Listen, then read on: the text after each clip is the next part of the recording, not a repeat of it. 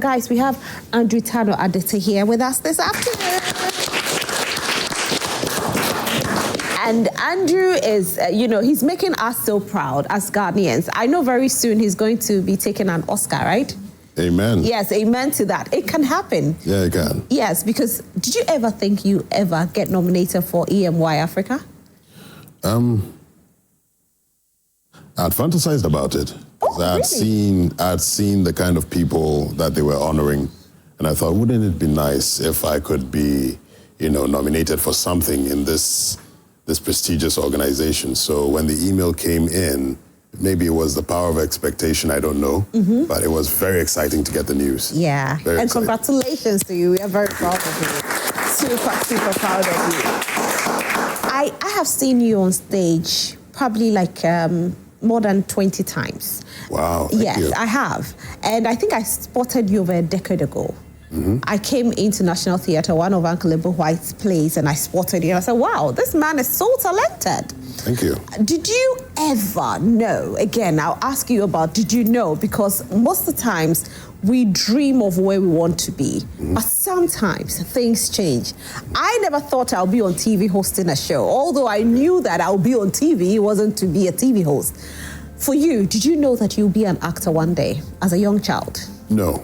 No, I didn't. I didn't have those aspirations as a young child. What happened was that what I dreamed of being was a pilot as a kid. Oh wow! I wanted to be a pilot, and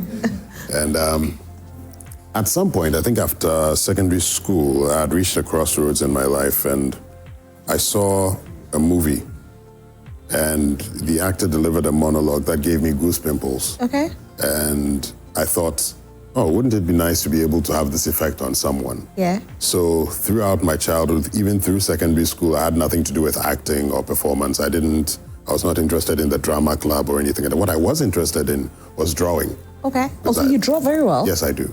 Wow. Yeah, multi-talented, eh? Yeah. Nice. So that is what I knew I could do. But beyond that, I had no aspirations. Okay, I'm going to use this drawing to do this and that, Our orientation as Ghanaians still leaves a lot to be desired when it comes to supporting the arts and what is possible with the arts. So there are a lot of students in school, even now, who have this ability, but they don't know how they can apply it to make real money in the future. Right. So set design, set this and that, all these things that we do all come from an aspect of the visual arts and knowing how to arrange stuff, and they have no idea how they can apply this ability they have. All they know is pottery and painting on canvas.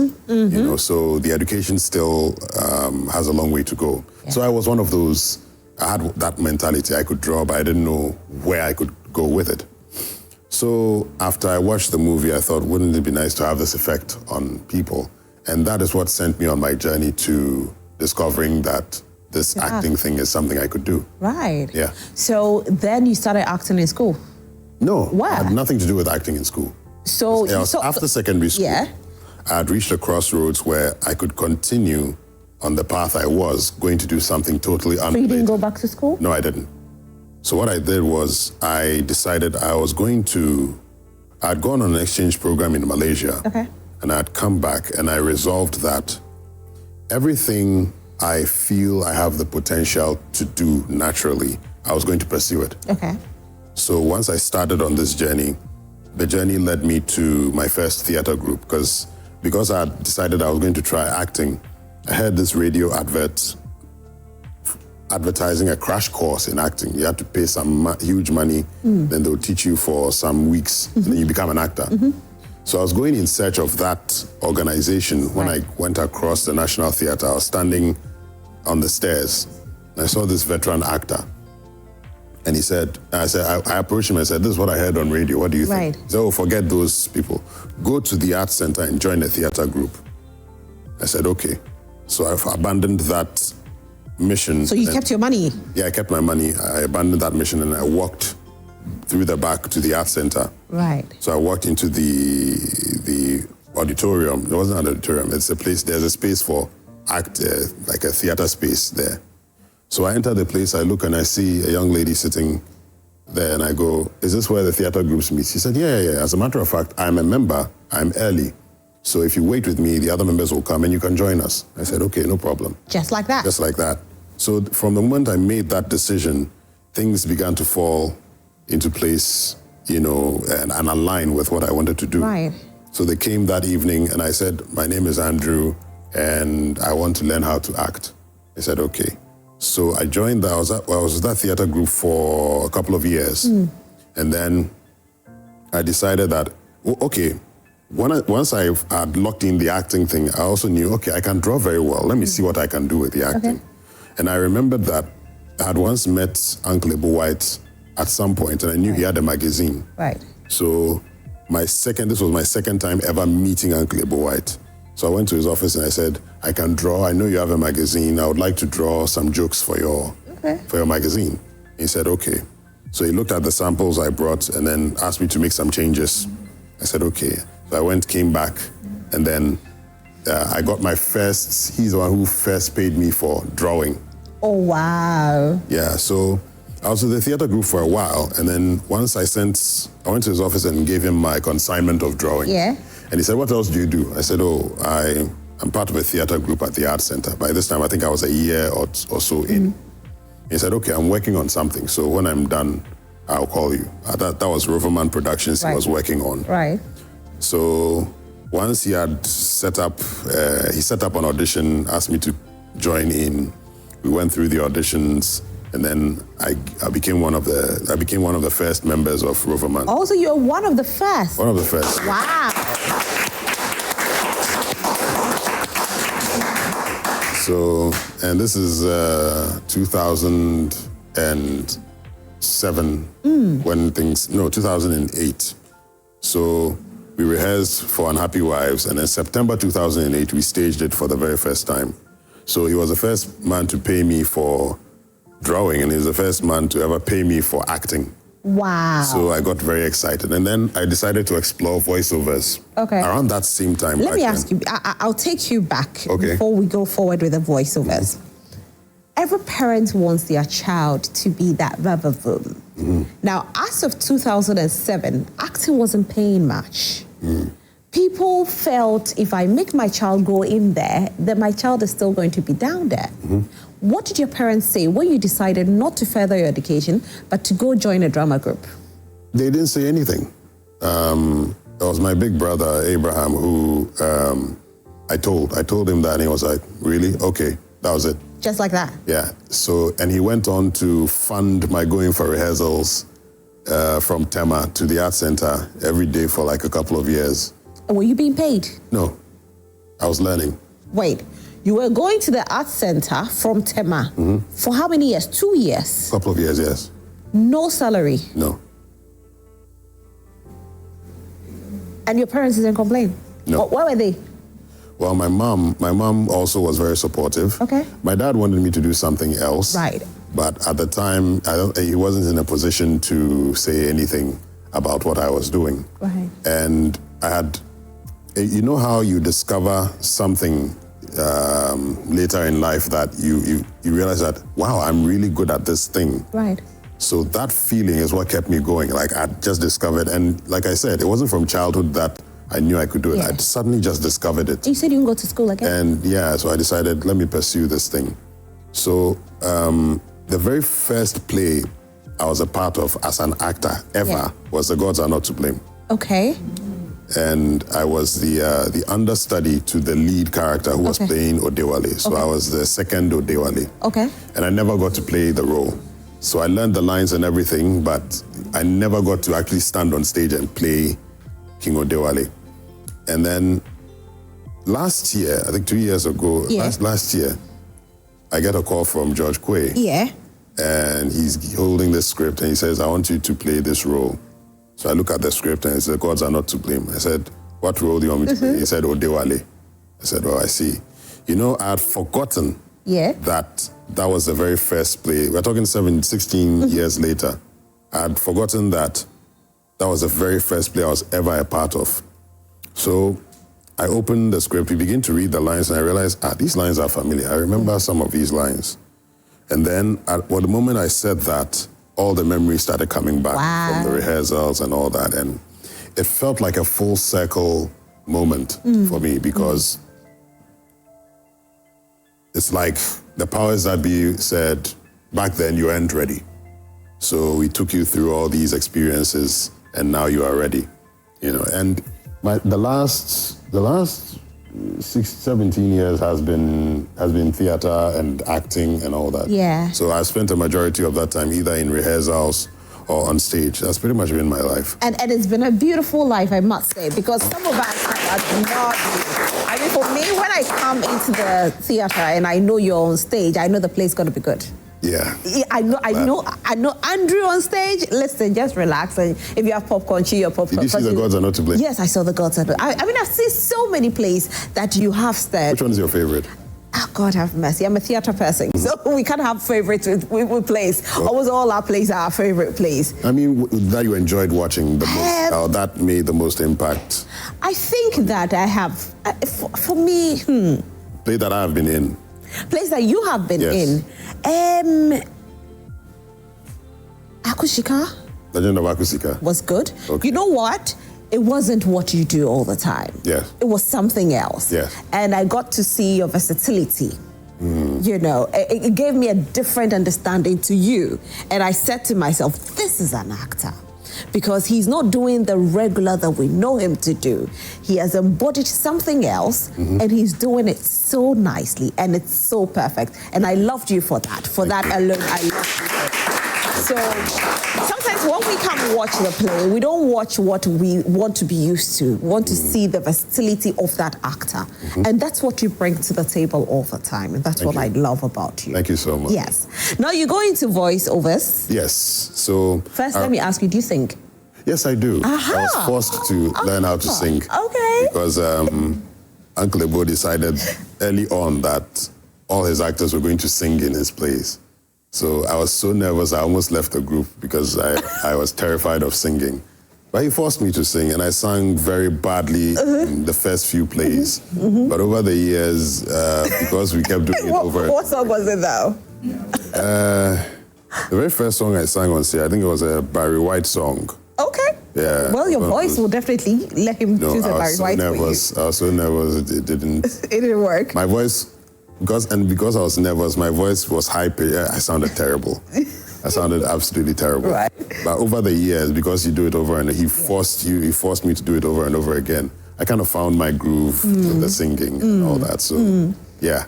Okay. Yeah, I do sing. Then you went into voiceovers as well. No, I actually decided to do on the voiceover thing around the same time I decided to do the acting. Okay. And then the illustration. Okay. So the third was voiceover, because my big sister had told me that you have a nice voice, you should do voiceovers. So I thought, what is that? So I went to do some research. Okay, it was when people talk into the microphone. I said, okay. Now, my big sister used to work at City FM. So I capitalized on that relationship to meet Jessica, who was then the Drive Time host. So I told her that, they say I have a nice voice, I want to try voiceovers. And he said, just exactly like things aligning. He said, I was supposed to do a job with Oscar Provençal, but he's out of town, so you come. Oh. So I went, did the voiceover, and she was the first person to ever pay me for a voiceover. So I'd gotten money for acting, I'd gotten money for drawing, and I'd gotten money for painting. Wow. For voiceover. So it was like... Everything was coming together. Something had just opened up to me. Yeah. So school I just realized, let me see where else I can go with this. Yeah. So through referrals, I got to do work with other ad agencies. And then they said, do you do storyboards? So what is storyboard? I went to check. Something that has to do with drawing. I don't have a problem. So I started earning money as a storyboard artist, a voiceover artist, an illustrator, and an actor. Wow. You are multi-talented. Do you remember how much you were paid the first time you acted? Not exactly, but I remember it was very nice. It was for me back then. I was totally excited. I think I bought a computer with that. Really? With that, With your first money? Yeah, for animation, because I wanted to go beyond the drawing to animation and stuff, which I had been studying low-key on and off for some time now. Yeah. Are you from a humble background, or you were born with a silver spoon in your mouth? Oh, I would say very humble background. Let me tell you a childhood story. In our house, the delicacy back then, the delicacy of our home was gari and palm nut soup. That's one of my favorite dishes, though. Yeah. That's a very nice dish. Yeah, and sometimes if we want to spice it up, we would add onions. Right. Or if we had some bits of dried fish, my mom would break the dried fish and put in there. And that was what I was used to. And we went to one of our uncle's homes, and he was a bit more well-to-do. So we sat at the table, and they served rice and stew with chicken. All of it. Then they placed this nice bowl of rice and stew with chicken in front of me. They placed it in front of me, and as a kid, I remember staring at the bowl. And they said, "Oh, what's wrong?" I said, "Infante, I can't eat the food." They said, "Why?" I said, "I don't know how." Oh, wow. Then she said, "So what do you prefer?" I said, "I want gari and palm nut soup."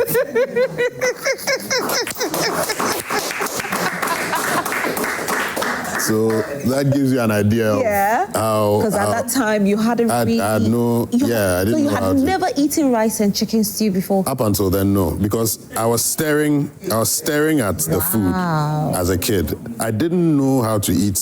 Rice and chicken stew? Yeah, rice and chicken stew. So... I was staring at the food, like... So all you wanted was your gari? Yeah, because that's what I was used to. Every day you were eating gari and palm nuts? Not every day, but I remember it was one of my favorite meals, because that's what we had at the time. Yeah. Okay, so... Wow. How old were you here? This was secondary school or something? I think we were on set of Beasts of No Nation. Okay. Oh, okay. Now we need to talk about Beasts of No Nation and how you got in there as well. Yes. So how... I'd been in Roverman for some time. Right. From 2008. And then 2015, word started going around that there's this foreign movie and all that. And this should tell you how much I had buried myself in what I was doing in a theater thing. They said there's this international film and, it's going to involve some big names. We didn't know who it was. So myself and some of the people in the group went to the audition. We auditioned, and it kind of fell apart. So they sent somebody to do the auditions all over again, and I went again for that one. And then they said I have a part in it. But the dates that they had originally scheduled had begun to, they'd scrapped those, and they had begun to eat into the dates for my rehearsals. Right. And we were very close to production. So I get a call, and they say, "Oh, Andrew, you have a role, and we need you at this time, at this time, at this time." And I said, "Oh, I can't do it."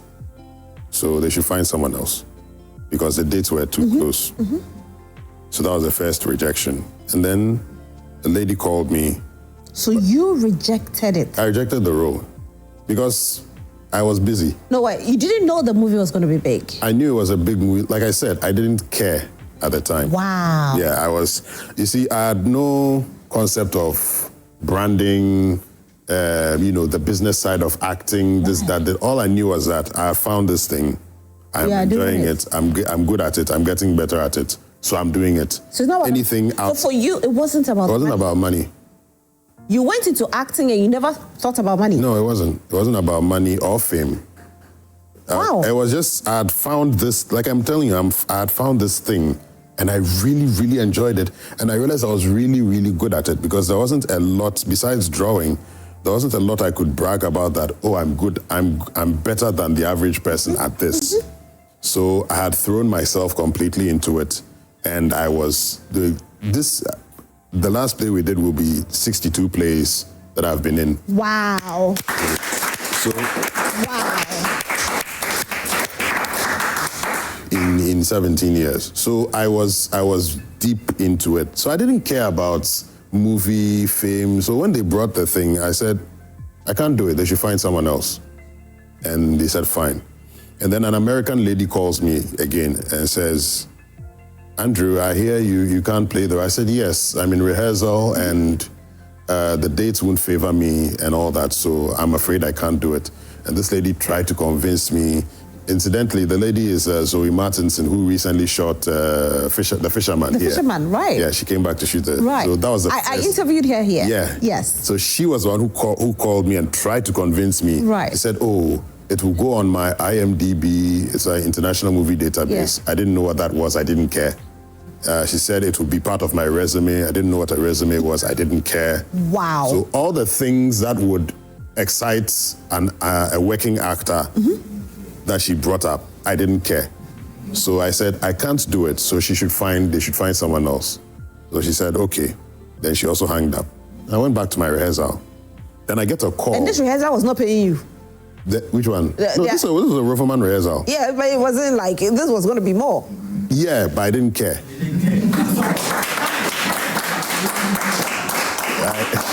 Wow. The thought of they are going to pay me more and it didn't occur to me. You didn't care? Yeah, I didn't care.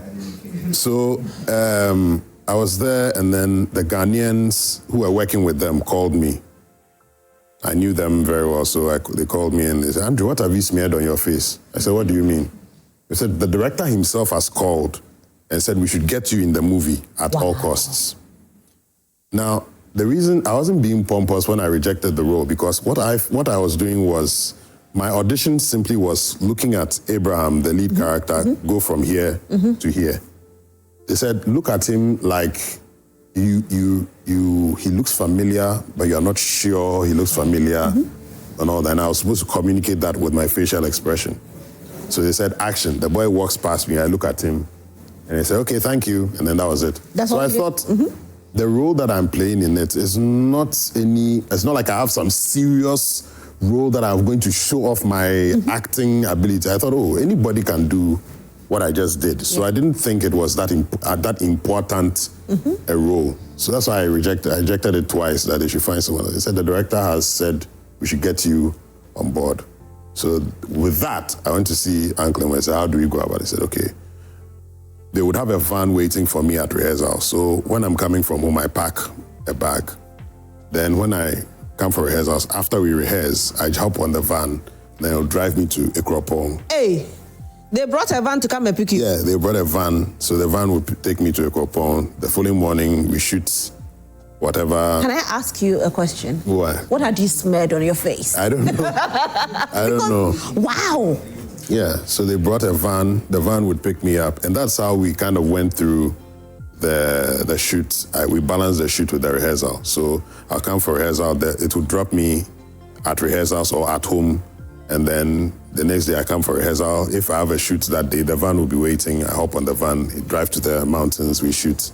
And that's how we finished that. My goodness. My goodness. Now let me ask you this again. Yeah. Was the money good? I think with hindsight, I think I could have negotiated better. Okay. Like I said, back then I didn't have a sense of how much are they paying me, money, blah, blah, blah, blah, blah, blah, blah.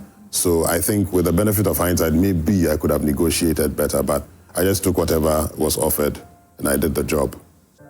Things are different now, of course, because as you get older, you realize that you need to pay attention to certain things. Yeah. So I've taken time to have a more business approach, branding approach. I'm learning about branding and everything, incorporating the two, which is one of the reasons why I'm here, put myself out there more, because I also realize that a lot of people know my name, but they don't know my face. They know my face, but they don't know my name. And they know your voice. And they know my voice. Yes. So in certain circles, those who are fans of voiceovers know the voice. Yeah.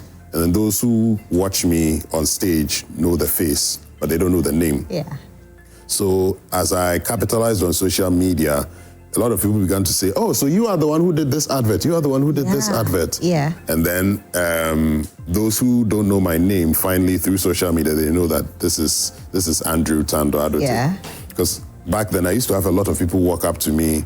When I discovered this, people would walk up to me very excited. Yeah. I love your play. I love this movie you did. I love it. And I said, yeah. So what's my name? And then they will freeze. Uncle Ebo. Yeah.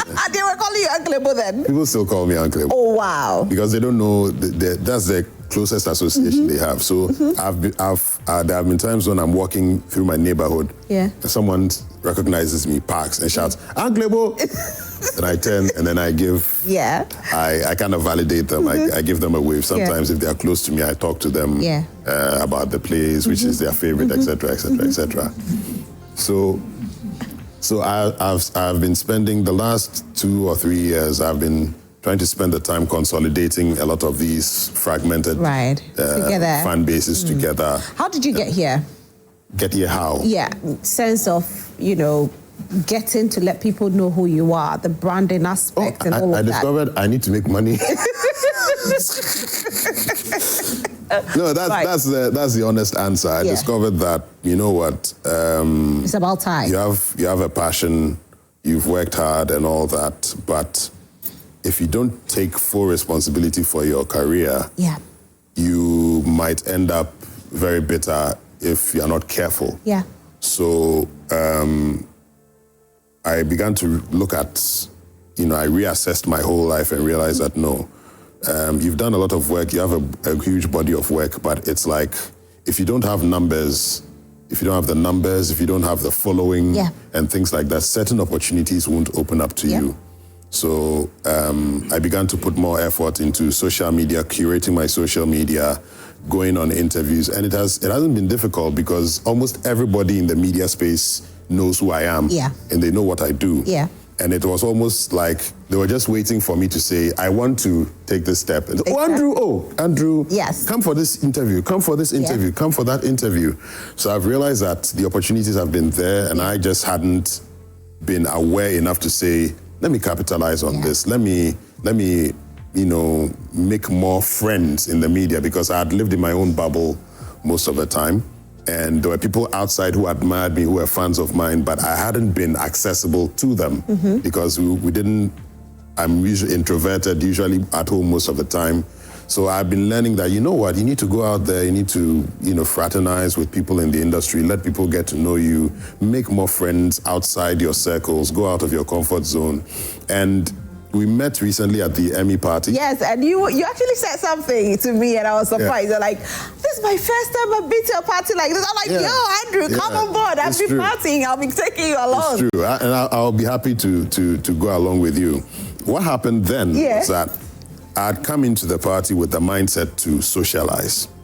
So I said, today I'm going to walk up to people, talk to them. So I sat down and I froze in the seat because I realized that, sometimes introverts, you are an introvert? Yes. So I was working up the courage. I'd seen one or two people. Those I knew, I would walk up to them and say hello. But those I didn't know very well, I wasn't sure. Yeah. So this young boy I had offered some mentorship to through Instagram saw me. I saw him on record. I said, hey, goes by the name Danito. Yeah. I saw him and I said, oh, Charlie, you are here? Yeah. Then I decided, let me open up to this boy because I can't just come and sit here, chew kebab and go. So I said, Charlie, you know something? I want to really, but I said, the film is not there. He said, oh, you want to go and meet people? Okay. Then this boy literally grabs my hand and drags me all everywhere. Over the place. So do you know, this is, so do you want to greet her? Okay, let's go. Okay, let's go. That's Danito for you? Yeah. It's like, that's Rosalind Felly. Do you want to say hello? I said, okay, let's go. Then we go. So that's how he came to you. Right. Then I saw Nanaba and I was there. He said, do you want to meet Nanaba? I said, let's go. Then he dragged me to go and meet Nanaba. And Nanaba, she hadn't seen me before, or, the impression was that she didn't really know me that well. So it was the first time, getting to know who I was and everything. It was a great. Then as we were going back, so he took me around. Yes. So as we were going back, he saw Juliet Ibrahim. He said, that's Juliet Ibrahim. Do you want to say hello? I said, it's okay. So, no. Juliet is amazing. She has friends in Nigeria. She's very linked. I said, okay, let's go. Grabs my hand again. Pulls me to, hi, Juliet, this is Andrew. Then of course, Juliet knew my face. Yeah. So she saw, I said, I know your face. I've seen you somewhere before. We got to talking, and then, you know, we actually exchanged contacts to talk later. And then I said, oh, you know what? I'm okay. Let me go and sit down. Okay, so Shola is also here to read all the messages. Yeah. Shola, have you seen Andrew on stage? With Andy. Hey! I worked with him for 3 months. I think we spent 3 months on the set. We're in a series called RSM. Yes, comedy series. and it was bliss. One thing that people don't know is that Andy on a regular day is very chill, like he's saying. He wouldn't approach. He's an introvert. No, but if you see him on RSM and you see him today, so I don't know how people were reacting or relating to him after RSM, because on RSM he's totally different. Yeah. His role is an outgoing role, a very funny guy. And so I'm like, when people meet him, how do they, are they running to you? Because in that moment, I'm sure they are trying to be as funny as they see you. Well, I don't, I've been told on many occasions that I don't look very approachable. Okay. So on a normal day, yeah, no, I think she would even, when she first saw me. I told him that. When she first saw me, she thought I was a mean person because I was very quiet and I keep to myself. Not intentionally, just the natural. But what, you are seeing an improvement too. Oh, yes, I have. I was going to say I'm proud of you because these days when I meet him out, you see him talking to people. Andy, he can stay in his corner for a good 24 hours and he'll be fine. For me, I thought he's somebody who doesn't make people out because he meets a lot of people. So, you know, the first time you said, oh, what are you doing? Play again. I'm like, he remembers me. That's what I said to myself. He remembers me because I've seen you so many times, and I never thought you did remember me. I'm more because of the way I'm more observant. So I sit and watch people. Okay. Yeah. So when people are happy, I'm happy too, but I'm just watching. I'm enjoying their happiness quietly.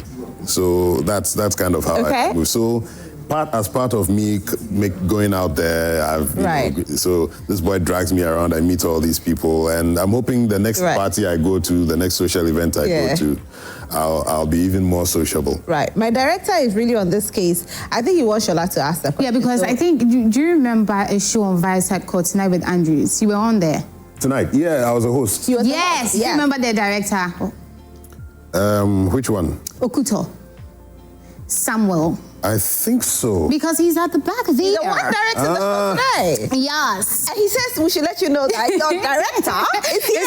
I see. I mean, he's following you everywhere. But once again, I still stand 10 toes down on the fact that Andy is such a great act. Yeah. He knows his craft. He understands his craft. Immediately he hears 3, 2, 1, let's go. And for me, RSM was my big introduction to acting, right? Right. And it was quite a big deal for me. And I didn't really grasp what the role was in the beginning. And I was very worried. I remember I had one conversation with him and I said, I don't know what I'm doing. Then he says, let the character speak to you. Read, try to understand the character. It will come to you. And I think as the days went by, once again, we spent about 3 months on the set. I can say truly that such advice is why we were able to create magic. So thank you, Andy. You did amazing. And you such an amazing actor. Andrew, we don't play about him, okay? The same way I feel is the same way some people on social media are feeling. So let's get into the messages. This one says, I thought he was only a stage actor, but I saw him on RSM and I loved him. I've seen him on Aquaba Magic series and I love all of them. So people are really watching you, okay? This one says that I watched The Gods Are Not to Be Blamed and I was humbled. The man acts and you feel it in your spine and core. Wow. In your spine and core. That's how good you act. Well, this one says that Shola, tell Rosalind, today is my best day ever. When it comes to Andrew Tandoh, I'm always wowed. He's my role model and I'd love to meet him and be like him, right? Hey. This one says that what advice does he have for any up-and-coming actors? I've auditioned so many times, but Uncle Ebo White and his team keep turning me down. Any advice? I should advise. Yes, please go on.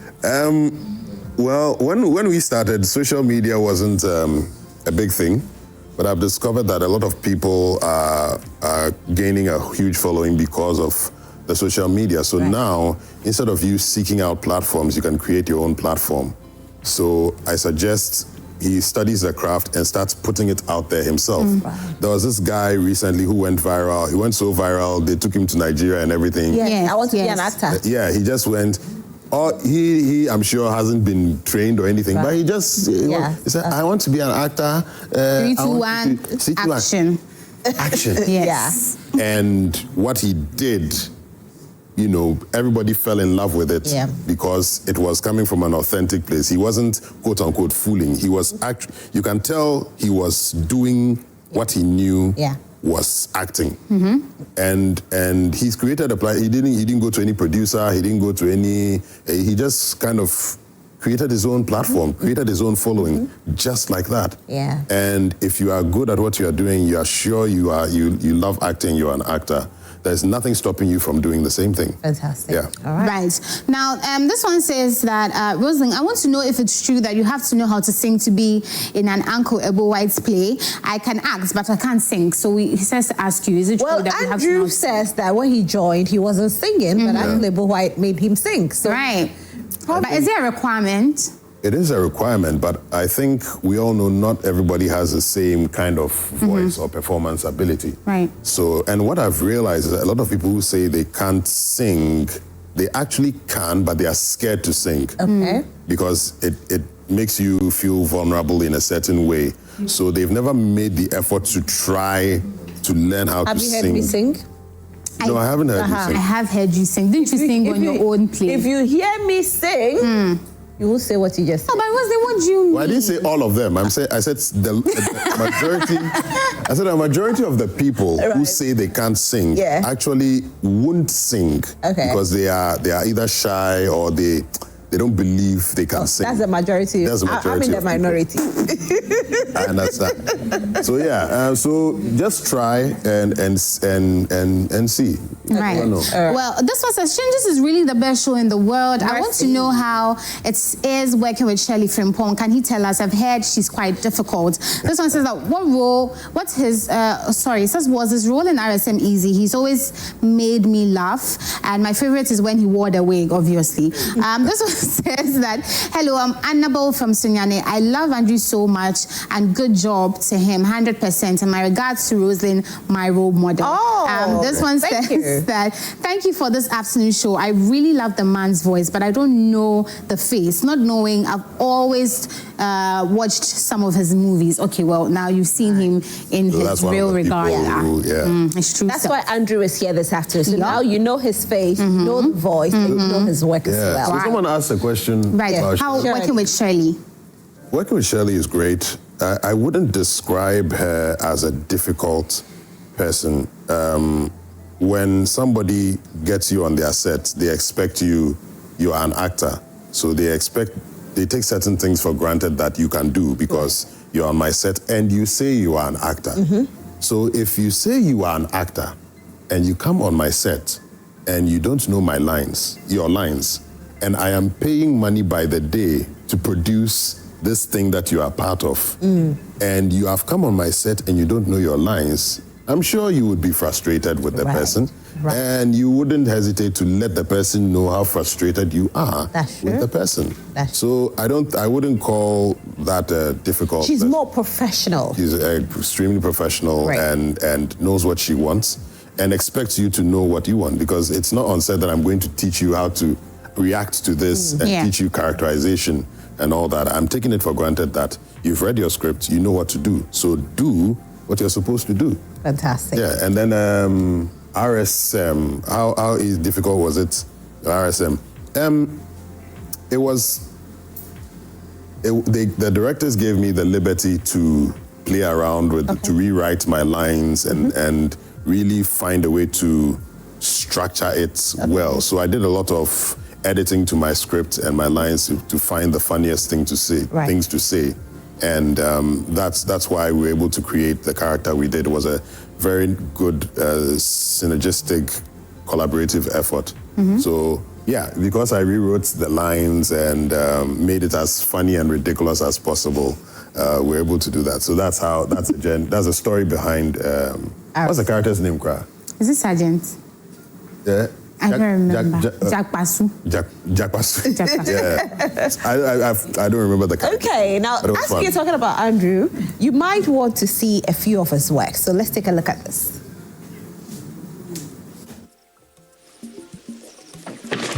We heard you're looking for a maid. I am, but I'm afraid you're too old for the job. Why do you want your daughter to be a maid? Oh, it is her dream. It's nobody's dream to be a maid. You don't know dreams. When the big people enter the Robertsons' house, they say, wow! Yes. Be careful what step you take, young lady, or else you will land yourself and your whole family in a whole lot of trouble. Can't help you. No one can help you. You are stuck here for a whole year. Read the contract. Not for a day or a month, but an entire year. Your mother, your father, everyone. So are you staying in this house or you want your family to stay in jail? No, you smell so wonderful. And your eyes, so pretty. Your hands are also so soft, like mattress. Hey. Firm, strong. Yeah, down. Firm, strong. You always have to be careful so that... Hey. I'm not sorry. You see what happened? You let your guard down and you were attacked. Hey! Where do I? How does it feel watching yourself? I don't like watching myself. I know, right? You don't like it. I don't like watching myself at all. There was one series we shot by Ivan Kwashiga, which was Inspector Bediako Season 2. And I got to play an on-screen villain for the first time. Right. I was so excited. That particular one, I enjoyed watching it. Okay. Because it was so far from who I was. And the character felt good. It felt good to play with my cigar and my shades, and I think it's on my Instagram as well. It's somewhere there. See me wearing my shades and my cigar, and I really felt good in the role. So that one, I like watching. I like that. Stage on screen. Which one do you prefer? I think I'll do stage. I'll prefer stage because even though the reach of stage is limited, which is why I'm doing what I'm doing now, trying to put myself out there. The discipline it teaches you and the work ethic it teaches you is what will translate into how good you are on screen. Of course, you'll have to adjust a little. Stage, you are all over the place. Screen, your performance is more contained. But once as a stage actor, you're able to get over that difficulty.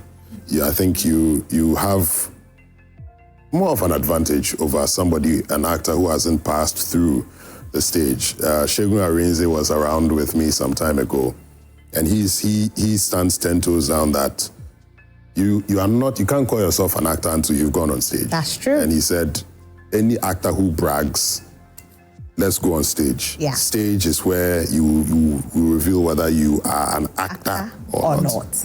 True. Yeah. Andrew, congratulations on your nomination as well. Thank you so much. And we are hoping you win. Do we have to vote? The dates for the votes has passed. Okay. So we can't vote anymore. Okay. Whatever we have is in the hands of God. But it feels good. It feels good. I'm on with my fellow nominees are 2 Nigerians and 2 South Africans. I'm the only Ghanaian. We are bringing it home though. And, yeah. We are bringing it home.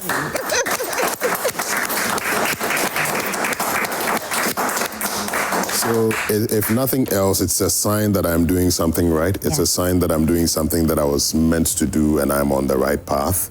And it's a source of huge validation for me because like I said, I've always been in my bubble and always been concerned with the craft, and I've always been about the work and the craft.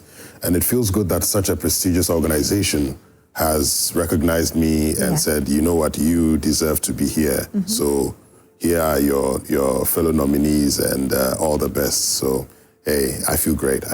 We are so proud of you. Congratulations. And it's been an honor having this conversation with you. Before you go, let me ask you this question. Where do you see yourself in the next 5 years, Andrews? With everything I'm learning now, I'm hoping. Well, I'll say some of the things I'm doing now, hoping that they would have come to full development and fruition in the future.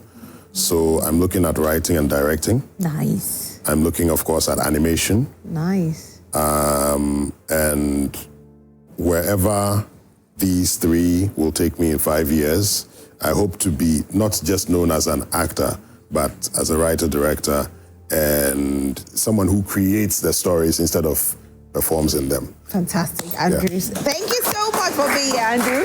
And his name is Andrew Tandoh-Adote. He's one of our favorite actors. If you want to see any stage play and he's not in there, I'm not saying don't go and see it, but trust me. We are doing The Gods Are Not to Play. Yes, I heard you doing it again this December, right? I think 16th, 17th, and 18th. In December? In December. Fantastic. And then on the 24th, I go back to Roverman to revive one of our audience's favorite plays, Terms of Divorce. Oh, nice. Yes. Nice. So it's going to be, this December is going to be very busy and packed. And great. So definitely we will be there to support you, but we are rooting for you to get the best actor for EMY 2025. Yeah. And I know that, Andrew, you are definitely going to bring it home. So we are proud of you.